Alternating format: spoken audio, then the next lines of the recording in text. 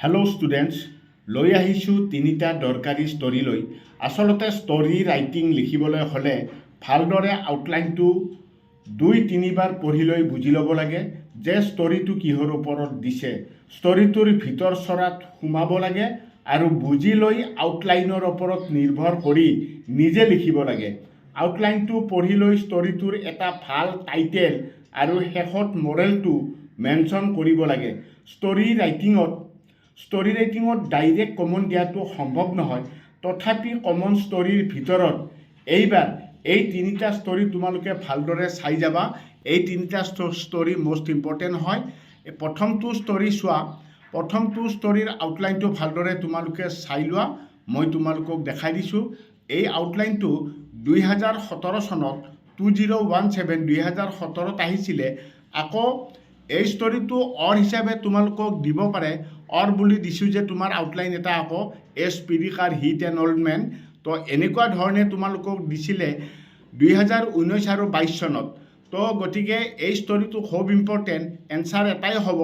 তো 2017তো আহিছিল, 19তো আহিছিল, 22তো আহিছিল। তো গতিকে এই ষ্টৰীটো তোমালোকে ভালদৰে চাই ল'বা। ষ্টৰীটো দুই ধৰণে দিব পাৰে, এনচাৰ কিন্তু এটাই হ'ব। নেক্সট 2 নম্বৰ ষ্টৰীটো চাই লোৱা তোমালোকৰ। A fox false into a well. এই ষ্টৰীটো চাই লোৱা। এইটোও তোমালোকৰ এইবাৰ ইম্পৰ্টেণ্ট হয় ষ্টৰী। আৰু নেক্সট 3 নম্বৰ ষ্টৰীটো মই তোমালোকক দেখাই আছোঁ। 3 নম্বৰ ষ্টৰীটো তোমালোকে চাই ল'বা। 3 নম্বৰ ষ্টৰীটো এইবাৰ চাই ল'বা। এই দুটা হৈ গ'ল।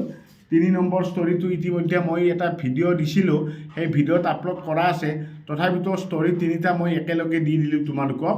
তো এই 3 নম্বৰ ষ্টৰীটো এনচাৰ সহকাৰে, এনচাৰত এতিয়া তোমাৰ টাইটেলটো মই তিনিটা টাইপত দিছোঁ। A hungry fox, the fox and the crow', a cunning fox and a foolish crow'. এৰে তোমালোকে পৰীক্ষাত যিকোনো এটা নেম মেনশ্যন কৰিবা, এটা টাইটেল মেনশ্যন কৰিবা। ঠিক আছে? তো তেতিয়াহ'লে এই ষ্টৰীটো তোমালোকে টোটেল এই তিনিটা ষ্টৰী তোমালোকে চাবা। এই ষ্টৰীটো ইয়াৰ আগত মই কিন্তু তোমালোকক দি দিছিলোঁ।